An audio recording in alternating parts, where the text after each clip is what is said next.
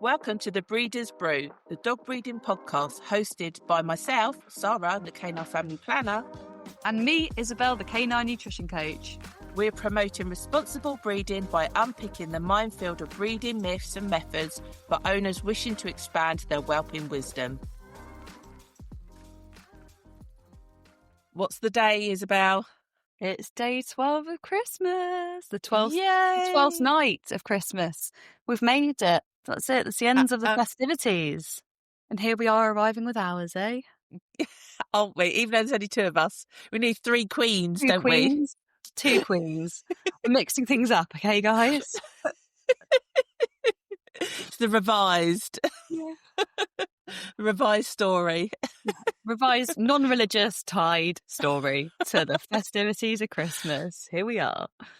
So yeah, we've got a gift. Obviously, we've already given one gift, which today is your last chance to use your discount code to join the support club. So if you want to join the Breeders Brew support club, where you get access to all of our content 24/7, all that amazing dog breeding information broken down into the pup life pathway, plus loads of other stuff which you probably haven't even mentioned. But today needs to happen. You've got until midnight tonight.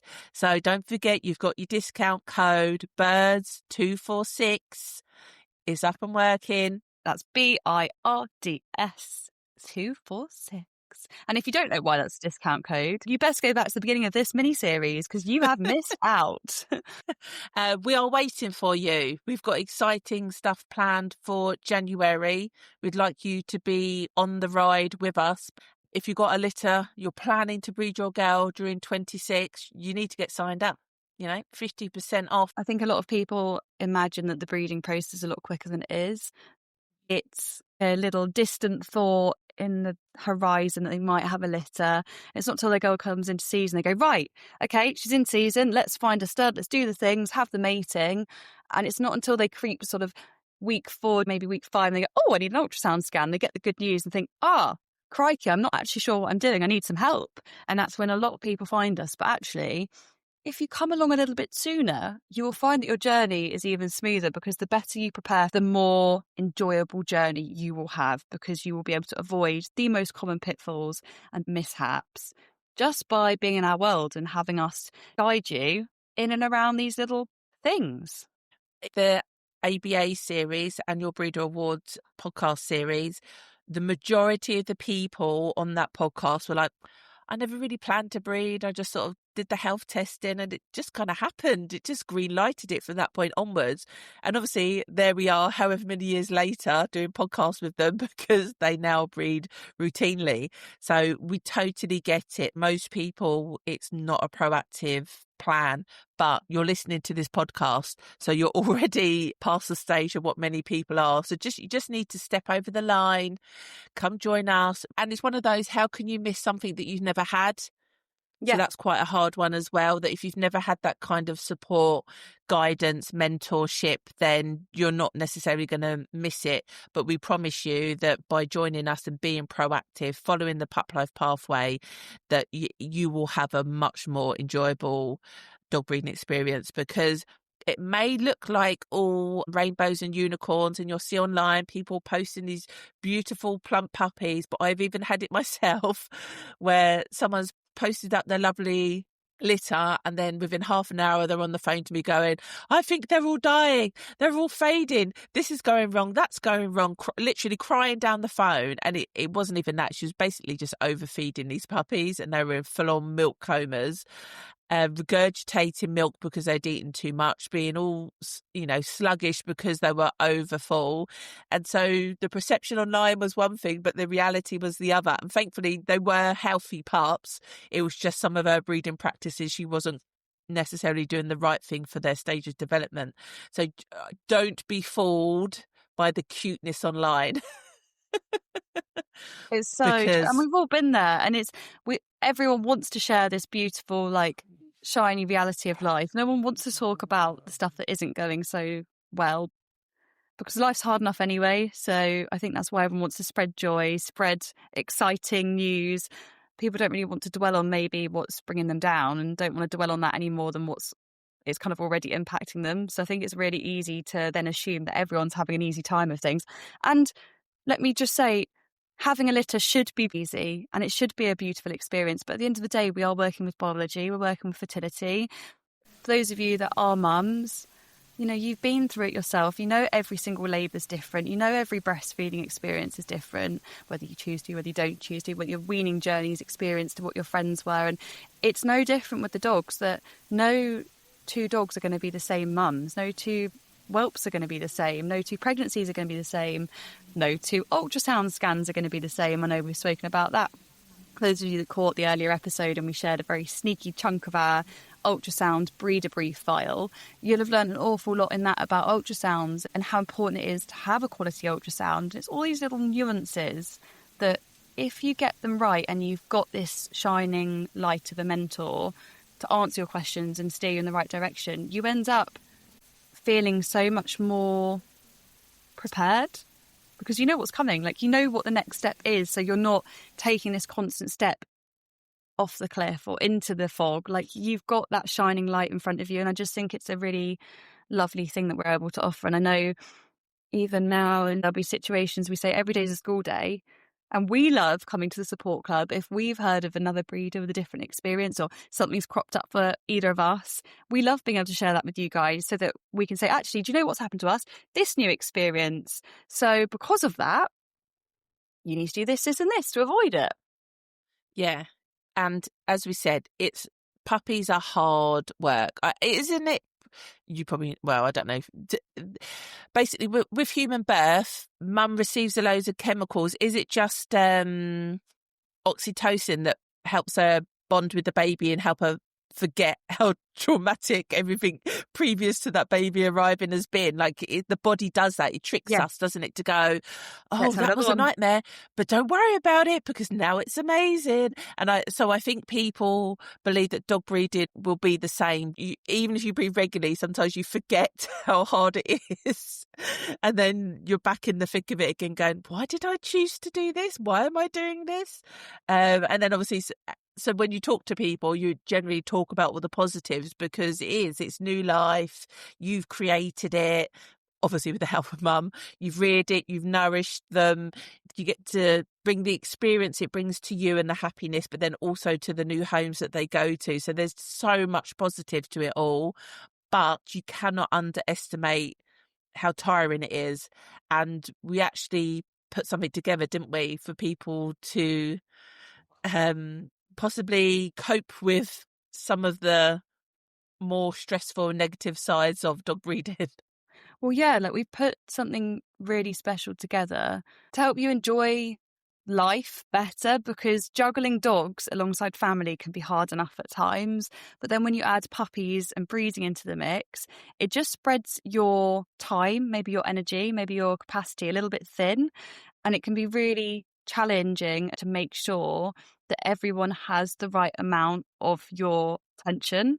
So we've spent a lot of time putting together a very exciting little gift for you guys, our wonderful listeners, so that you can feel empowered to go into 2026, or whenever you're listening to us, if it's not live, next part of life, with a better set of tools to enable you to juggle those responsibilities, those expectations, those dramas, and just life in general, because life is unexpected. Every day you'll start out with a plan, but several times a week you'll have a curveball.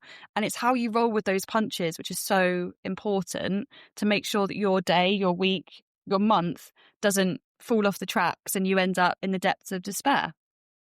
Well, first off, Isobel, we did actually make it for our Brew Crew Support Club because they are our number ones.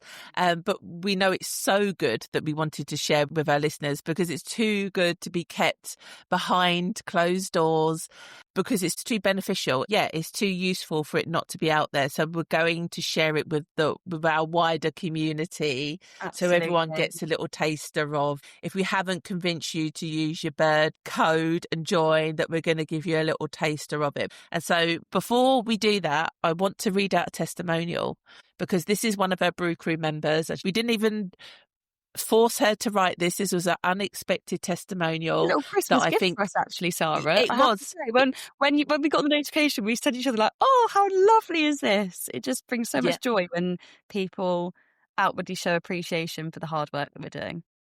So I'm going to try and read this without messing up. Andrea has said, for anyone on the fence, I found the Breeders' Brew Support Club to be generally so helpful. Isobel and Sara have put a huge amount of thought into the support they offer, and it really shows. It feels tailored, practical, and grounded in real breeding experience rather than generic advice. What I love most are the deep dives, which is what we're gifting you, a little bit of a deep dive, one of our spotlight sessions. So what I love most are the deep dives and having access to the mentorship discussions. The community is welcoming. Yep, we're all friends. We're all like-minded people and we all champion each other. And it's reassuring to be part of something that really values responsible breeding. If you're serious about breeding and want ongoing guidance and support, the Breeders' Brew Support Club is absolutely worth it.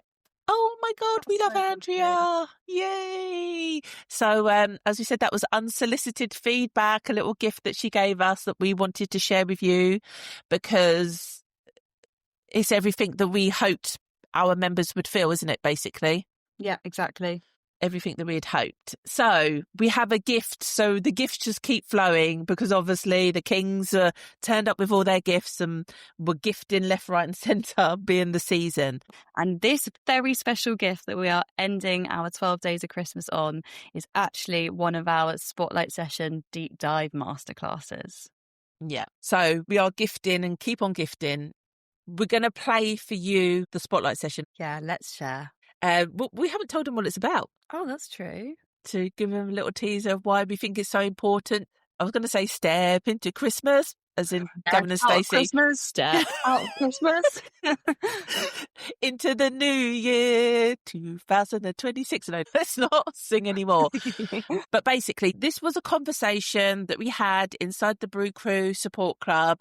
One of our breeders was juggling all the things, working, family, adult dogs, litter of puppies. And they said, I'm feeling very stressed at the moment and I don't know what to do.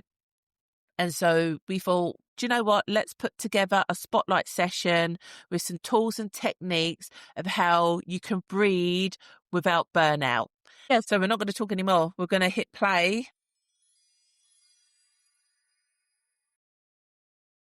Hello everyone and welcome to our Spotlight session.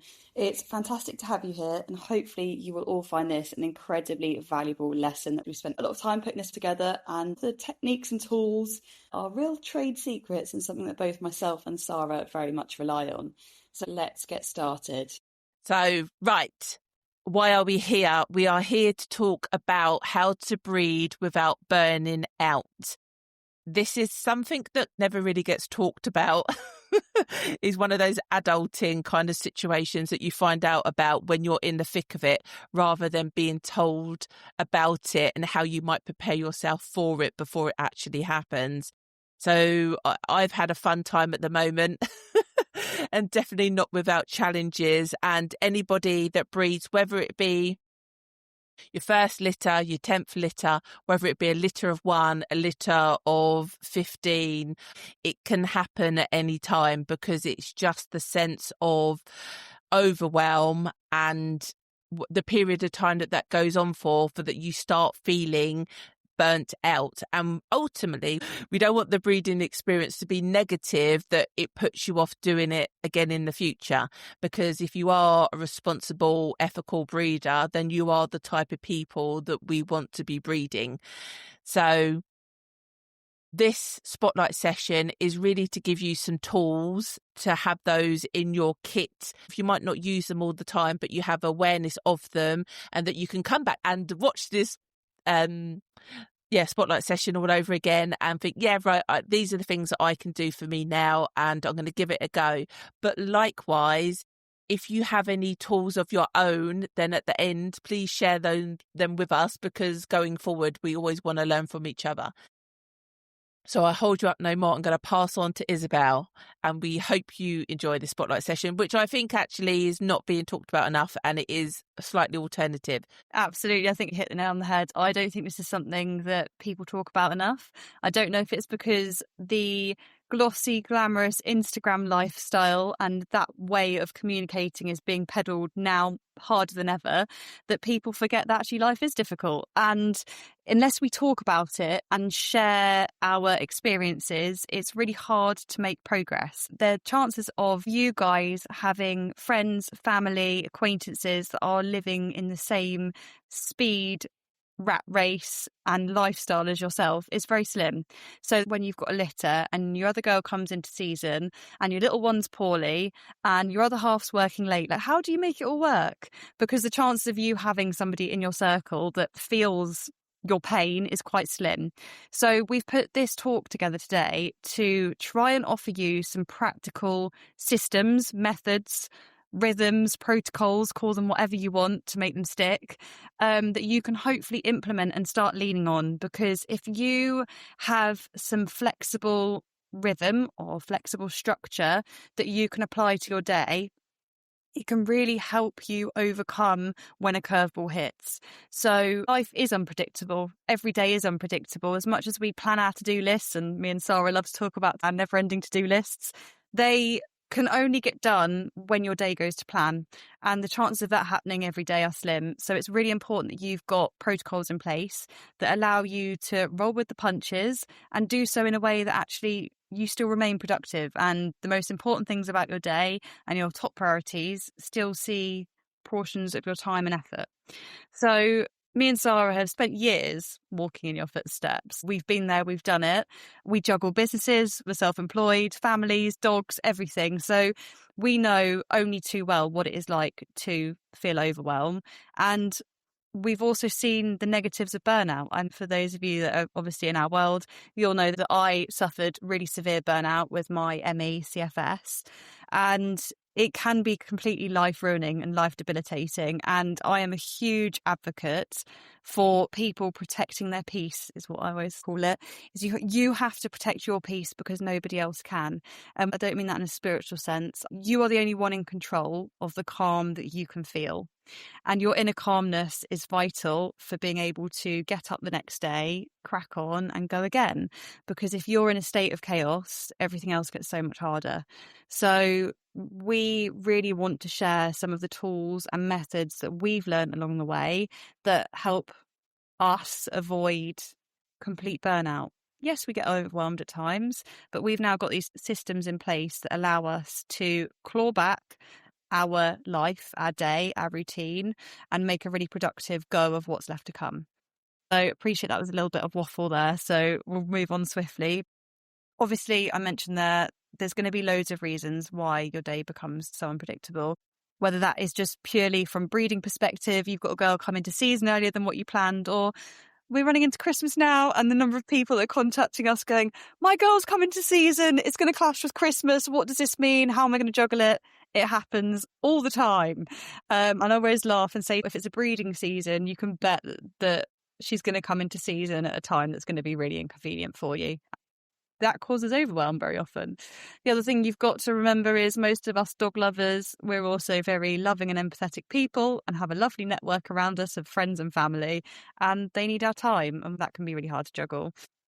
Not to mention emotional side of breeding. We adore our dogs more than anything ever. So when it doesn't go to plan or when their lives are on the line and poorly puppies and keeping mum safe when she's in labour and everything in between is really, really emotionally exhausting. Not to mention the fact when you're exhausted and you've got a litter of puppies on the ground as well.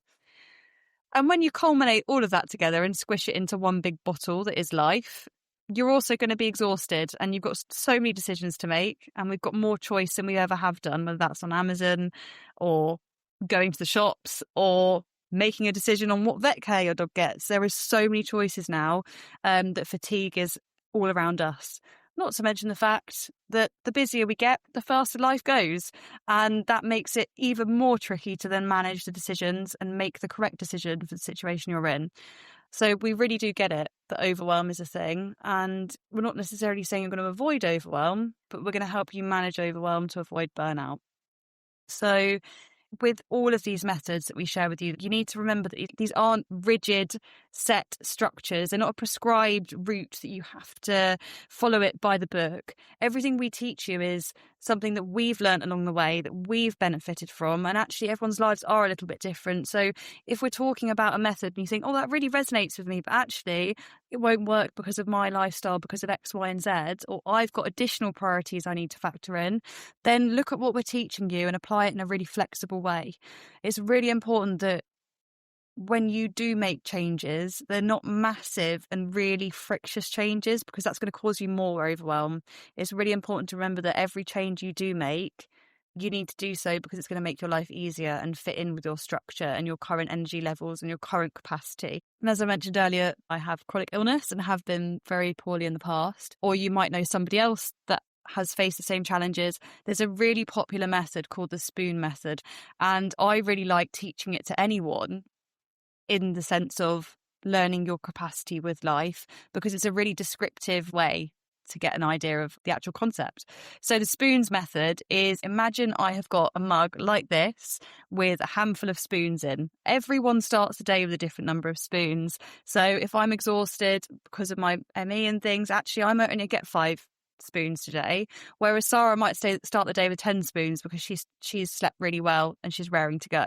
What's really important to remember is spoons, literally your silver spoons, they equate to the amount of energy you've got and your capacity for that day. Each task takes a number of spoons. If it's an easy task, it might only be 1 spoon.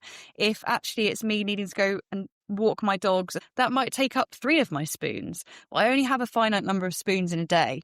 If you use up all your spoons and you are exhausted and you're at capacity, and then you go and push through and you use tomorrow's spoons, then when you wake up tomorrow, you're going to have minus spoons in your mug, which means you're going to be able to do absolutely nothing tomorrow. And that is when you hit burnout. So I'd like to mention the spoons method, because for those of you that are quite visual thinkers, when we're talking about methods and frameworks, that's a really easy one to start on. And remember, protect your peace, being your mug of spoons, protect what you've got, and learn to say no and advocate for yourself. And I think that's a really important place to start before we jump into frameworks. I think you're bang on the money there, Isobel. And I likened this to trigger stacking in dogs, which I learnt about. It's almost like a camel where you're just putting more and more and more and more on. And realistically, unless you take some off or they naturally discharge, how can that camel carry on walking the same distance every day? It can't. It's just going to get slower and slower and slower. So I think people have to be aware of what are your limits. So generally, I think I function quite high compared to some people, but then I have less dependencies. I don't have to worry about the kids, for instance, but then I have other considerations of I'm independent. I can't get somebody else to do something for me. I don't have a partner to go, can you run to the shops and get this and do that? So it's always give and take, isn't it? Like you said, every single person's position will be different. No one's exactly the same as somebody else. And I think it's knowing or recognizing the signs before they happen. So I think I'm a pretty good decision maker. I can make decisions quite easily. I had psychometric tests done when I used to work corporate, and I'm basically a whole of brain thinker. So that helps me with decision making, because I can think of all the possible things and go, that's the right thing to do, and go with it. And I know when I am overwhelmed, because I struggle to make the decisions, it takes me longer and longer and longer. Then I get frustrated with myself that I haven't made the decision. So I don't feel overwhelmed. I actually feel frustrated that I'm getting slower at deciding what to do. But that in itself is my symptom of what the pressure I'm under. It's really important to be able to identify that. I think that's a really good point you've made there, Sara, that you need to go through your previous diary and think, actually, when have I struggled in the last few months? And what did I feel? Or what did I see? Or what mistakes did I make? So that you can just notice what your markers are, what your red flags are, that actually things are getting too much. For me, I get something called achy legs. And it's almost like growing pains for a child. For me, I know I've hit capacity. If I get achy legs, it's game over. Because that is my body literally going, you have done too much and now you're going to feel pain. No, if that happens, that's my marker to go, I need to change things. So like you said, Sara, when you notice, why can't I make this decision? That's your marker. And I think it's worth bearing in mind that everybody's different, but the worst thing you can do is worry about it and not action, not put into place any of the possible ideas we suggest or any of your own. If you just sit there and worry about you feeling overwhelmed, you're just procrastinating. Like, worry is when you're self-soothing yourself, because when you worry about something, you're actively worrying, but you're not actively fixing the problem that's causing you to worry. So you feel like you're doing something, but in reality, you're just prolonging the pain of the worrying. So I think if you ever find yourself worrying about something, then you just need to you literally need to stop yourself and go, this is a waste of time. I need to decide how I'm going to fix what I'm worrying about. And hopefully some of the frameworks that we've got will help you do that. So if you ever catch yourself overthinking, I would class into that bracket as well. Like if you're in the shower and you start thinking ridiculous stuff, you have to stop it and you have to go, how am I actually going to stop me worrying about this at this time tomorrow? This cannot happen again. What can we do to stop it? Right, so let's roll on to the first framework or tool or technique that Isobel and I both use. We've tried to offer to you stuff that we've heard about, but sometimes it's a bit corporate. So we've tried to put it into a dog sense, but also they're tools and techniques that we actually use that until we sat down and put this together, we were like, oh yeah, we didn't actually realise that this is how we deal with that. And this is how we get and navigate dog life and mum life and life full stop. So the first introduction is the ABC routine. Now, I actually heard about this in a corporate sense because I like to listen to thousands of podcasts and then relay to Isobel all the amazing things that I've heard.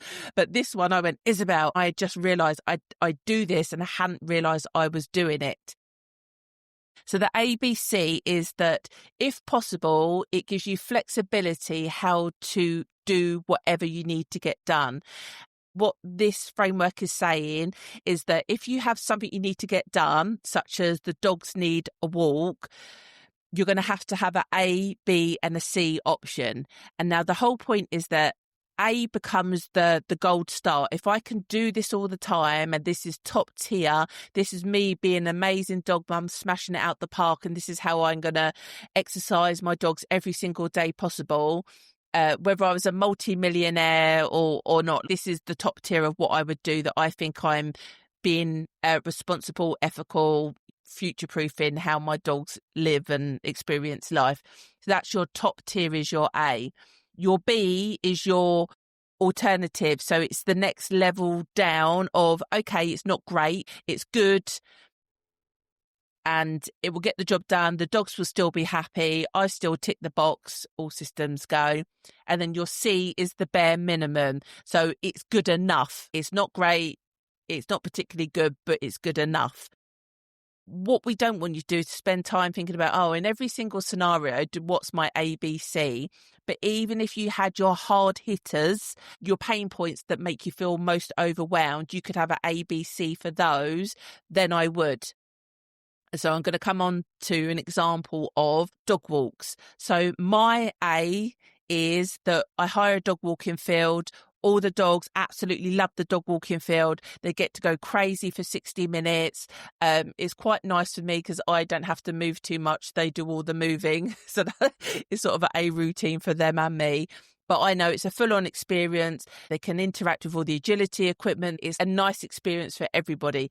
Could I do that every single day? No, that's not realistic. And actually, I probably wouldn't want to because my dogs ended up getting injuries taking there too often. Like sometimes you shouldn't be doing A all the time, and that's fine.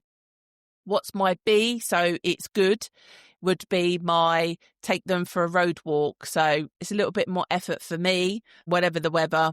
I've got to suit up and get ready to go. But it's shorter. It's only 20, 30 minutes around the block. The dogs have still been exercised. They've still experienced outside life, like they've not been cooped up all day.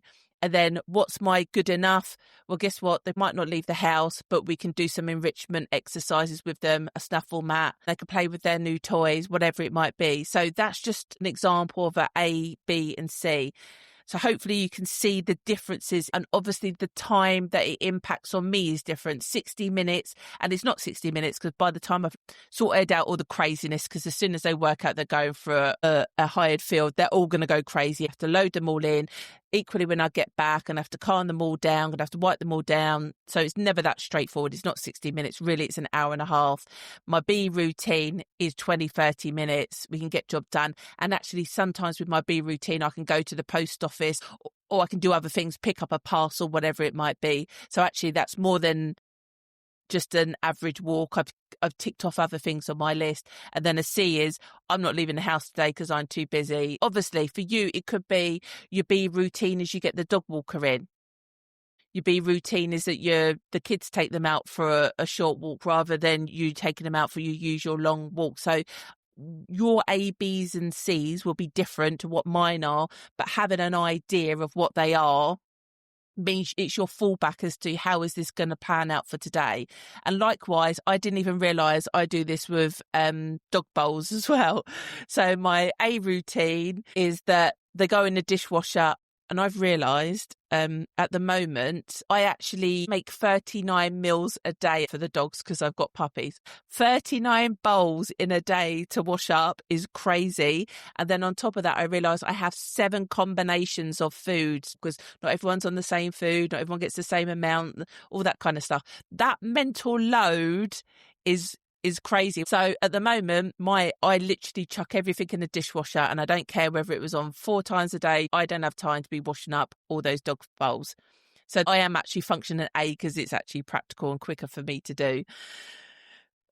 The alternative, my B routine, generally when I haven't got pups, is that I fed the dogs in the morning. I haven't had a chance to chuck them in the dishwasher because it's not a full dishwasher, or I haven't had a chance to wash them up. So what do? I just rinse them out with boiling water. That I do is clean and tidy. I've killed off any bacteria. Job done.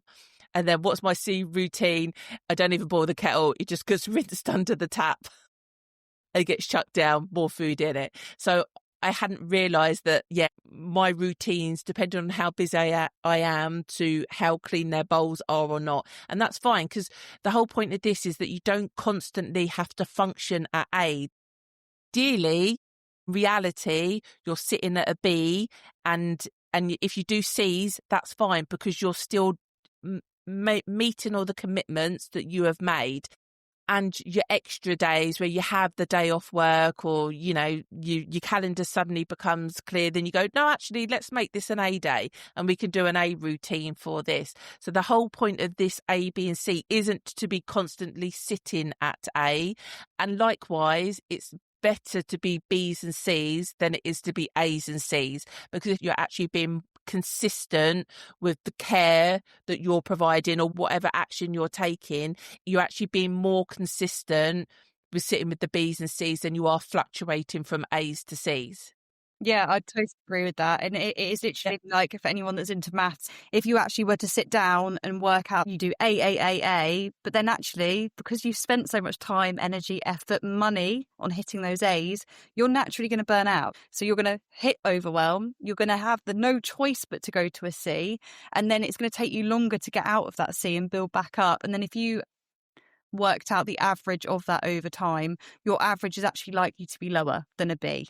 Whereas if statistically you sat at B's and C's, your average is naturally going to be closer to a B than if you fluctuated between an A and a C. So there is some statistics behind it for those of you that are like, it's not possible. It really is. It's literally mathematically proven. And you're less likely to hit overwhelm if you sit on a B, but it's more achievable. So you're naturally less likely to slip to a C. The other thing I would add here, Sara, is me and you were talking the other day about what do we measure ourselves against? And when we go to bed at night, do we feel like we've achieved? And both me and you have different measuring sticks as to what we say, I've achieved what I needed to achieve today. But I think it's really important that your measuring stick should absolutely not be set at A. The whole point of this ABC routine is that everything gets done. The dogs do get fed, the bowls do get washed, the dogs do get walked. So if you hit a C on everything that you needed to do that day, you should be happy. Like, you should go to bed feeling accomplished, that you've achieved what you needed to achieve. The whole point of this is that everything gets ticked off. It's not about where you sit on the ABC scale. Yeah, and I think it also helps with oh God, put your teeth in, Sarah.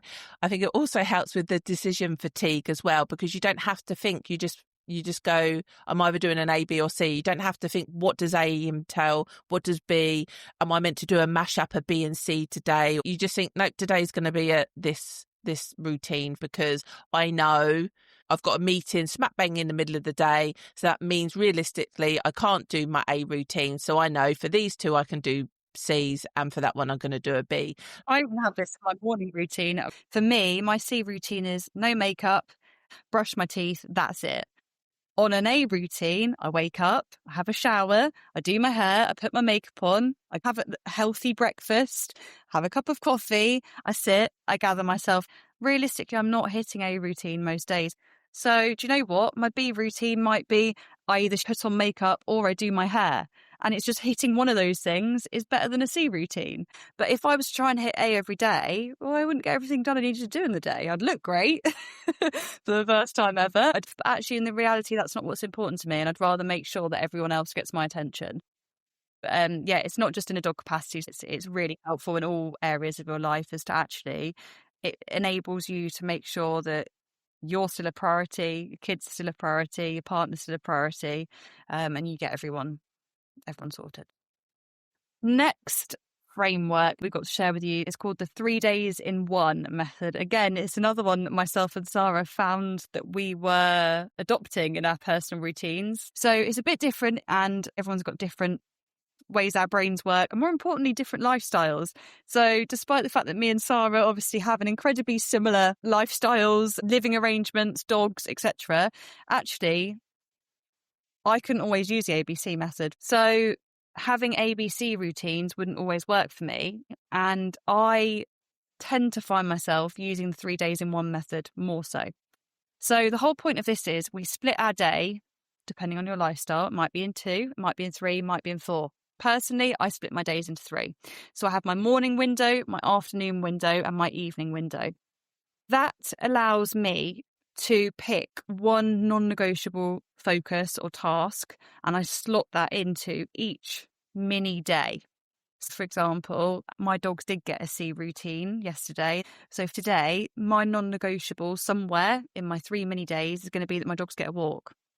Right, based on my lifestyle, when can that be? It can only be the morning or the evening. And then I can think, right, what else needs to go where? I slot it in, and then it means that I've got one focus that I know that I need to accomplish in that window for me to go to bed tonight and feel happy that I have achieved what I needed to achieve, and that really helps me avoid burnout. So pick one non-negotiable task, it slots into each one of those mini days, and you can then make sure that you're hitting what you need to hit. And another metaphor that I use and find really powerful is something called eat the frog. And it's used a lot in the workplace as well. I literally visualize myself eating a big, ugly green frog. And it's like, what is on my to-do list that I absolutely have to do, that I'm either putting off or is vital? That is a frog. It's a big, ugly thing I need to deal with. If you let those things stack up, you are going to end up with this great big pile of ugly green frogs in front of you. And that in itself is going to really, really burden you and cause you to feel overwhelmed. If in every part of your mini day, so your morning, your afternoon, or your window, you attack and you eat one of those frogs, you will feel so much less overwhelmed. I can't begin to tell you. And the other way of thinking about it is, there will only be certain points in your day that you do work, or that you can spend with the children, or you can spend with your partner. I find it incredibly beneficial that I know, therefore, in which mini day I'm putting what task and what priorities. Is there anything else? Yeah, I think the benefit of having like 3 days in one day is that once that section of time's gone, it's gone. So if you didn't achieve it, you don't let it spoil the rest of your day. You go, no, I'm on to a new section. I've got a new frog to eat, or I've got a new agenda that I need to complete. And we just get on and do it. You don't let stuff previous to that tarnish your ability to do the rest of the day, because that's sometimes that can happen, is that something goes wrong at the beginning of your day and then it wipes off the whole day, and that shouldn't happen. You just go, okay, that happened in that section, but we know we've got 2 more sections coming along and there's no reason why we can't smash those out of the park. And again, this is very much being aware of your natural rhythms. Back in the day when I worked corporate, I'd have to be up, out walking the dogs at 5:30 in the morning. I cannot tell you how much I hate walking dogs in the dark. To me, it just feels totally unnatural. And the older I've got, the more inappropriate it feels. So I used to force myself to do that because I had to do that. When now I know my natural rhythm is I can get up at 5:30 in the morning as long as I don't have to physically do stuff. So the fact that I can get up and sit at my PC and I can use my brain's switched on, ready to go. It's just running around like a headless chicken, walking dogs, I struggle with. So for me, my natural rhythm is to get up. I will literally get up, sort the dogs out and sit on my computer for 3 hours. And then I move into my next windows. Let's move into the physical stuff. And that's when I generally see my clients. I'm out running around. That's for me when I want to walk the dogs because it's daylight. And then I have my evening slot, which can be dog focused, my hobbies, going to ring craft, doing whatever the fun stuff I want to do then. So it's just knowing what your natural rhythms are for you as a person, but also the environment that you're in. So as we said, it's just totally different for everyone, but I just think it's just nice segmenting your day. Like some of you, it'll be before work, after work. And even at the moment, I have a common theme running through all these segments, which is feed puppies, feed puppies, feed puppies, feed puppies. So at least I know if I get to segment 3 and I haven't fed the pups, they need feeding. So yeah, it's quite nice when you know you have stuff carrying over, because then it helps you understand, oh, that's why I'm not achieving all the things that I'm expecting, because I'm like the camel, I'm still carrying this and I will be carrying this for the next 8 weeks in reality because of the responsibilities that I've got. But again, after those 8 weeks, how does then my windows then adjust and change?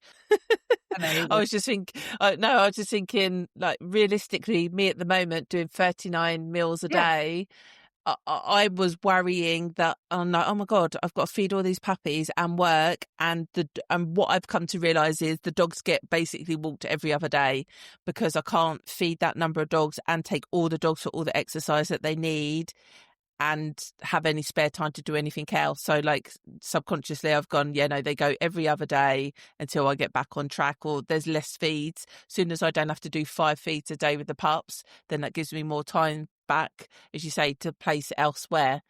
So yeah, I think it's just one of those, when you start actually looking at your routines, you'll soon realise that, oh yeah, that's why I'm losing time here, there. No one talks about the underbelly. No one talks about this No. difficulty as a breeder of juggling adult dogs, puppies, life, work, partners, kids. No one talks about this. They just talk about the shiny puppies on Instagram, and everyone's thinking, oh, wow, like, look, they do the full puppy culture and she works full time and she runs a business. And, oh, look, there's her kids in the videos. And it's very easy to get swept along and think, oh, everyone else is managing it all. But you're not seeing that actually they didn't walk their adult dogs that day because they prioritised puppy culture. And actually, they did miss their children's pantomime play because they had a poorly puppy at home and they took that puppy to the vets instead. So it's just really important to remember, just because you assume somebody else's threshold and their output is shiny, like you see on Instagram, is probably not the reality. And actually being able to look at your 3 mini days and your ABC routines and prioritise your time accordingly is hugely beneficial.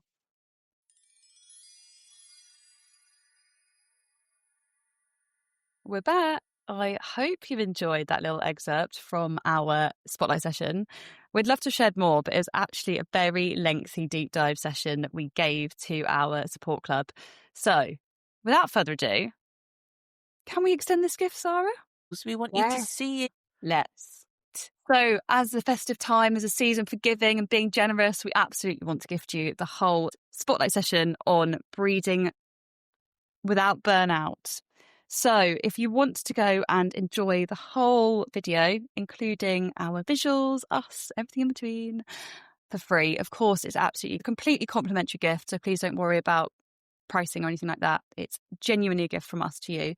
You just need to head to www.wildcat, whelpingworld.com/day 12. And the gift will be sat there waiting for you to enjoy at any time that suits you. Yeah, we're proud of this one because this isn't a conversation that happens a lot. Apart from somebody on a Facebook group going, help me, I can't cope anymore. Yeah. There's not How many do I fit people. puppy culture in? How do I cope doing puppy culture with walking my adult dogs and coping with work and everything else? It's all too much. Or someone just saying, I'm so overwhelmed. I don't know where to start. I don't know what to do. I'm finding this really difficult. If I realised it was going to be this hard, I wouldn't have bred my dog. That's what we see online as This well. spotlight session was totally put together to help you avoid that, because we've had to learn the hard way. No one sat down and taught us these methods. And if they had, we'd have cut off years of stress and potentially overwhelm. But these are really carefully curated lessons that come from our experiences, our backgrounds, and something that we've put together with such care. And it's something that doesn't exist anywhere else because there's no one else teaching it. So it really is something new, novel, unusual. You won't find it in the book of the bitch. Absolutely. There is no breeding book you're going to find this in. That is for absolute sure. We love to have conversations that no one else is having and think a little bit big and open the lid on topics that people maybe either don't want to think about or aren't talking about. And this is just yet another one of those examples where we're here to help you with something you didn't know you needed at the time. You definitely do need it. There's nothing like starting the new year with a new you, a new toolkit and a new way of coping and improving your life. 100%. Yeah, I think very much in the dog showing community, everyone says this is a lifestyle. It's not a hobby, it's a lifestyle. And dog breeding is exactly the same. A one-off litter, then obviously not. You've tried it and maybe you never do it again because you didn't know all the tools, tips and tricks to apply that would make it less painful, so you'd be happy to do it again. Maybe just the endurance of it all puts you off for doing it for life. But for the people that think, do you know what, that's not that bad, I'm going to do it again, it becomes a lifestyle. It dictates the car you drive, the flooring that you have in your house, everything, the setup of your house, the layout, what becomes movable in your house when you have pups to set up your whelping area, all of these things. So it's most certainly a lifestyle. However, no one ever talks about the lifestyle part of dog breeding. They just talk about the output, which is puppies. Very rarely, there's not tons of conversation in regards to the input to make that happen, the condition of mum. It's just a sort of output-driven expectation. So we're very much here to bring the lifestyle section to dog breeding of how do you actually really do it. And yeah, this spotlight session will most certainly put some tools in your toolkit, some sandwiches in your picnic or some gold, frankincense and myrrh in your gift hamper.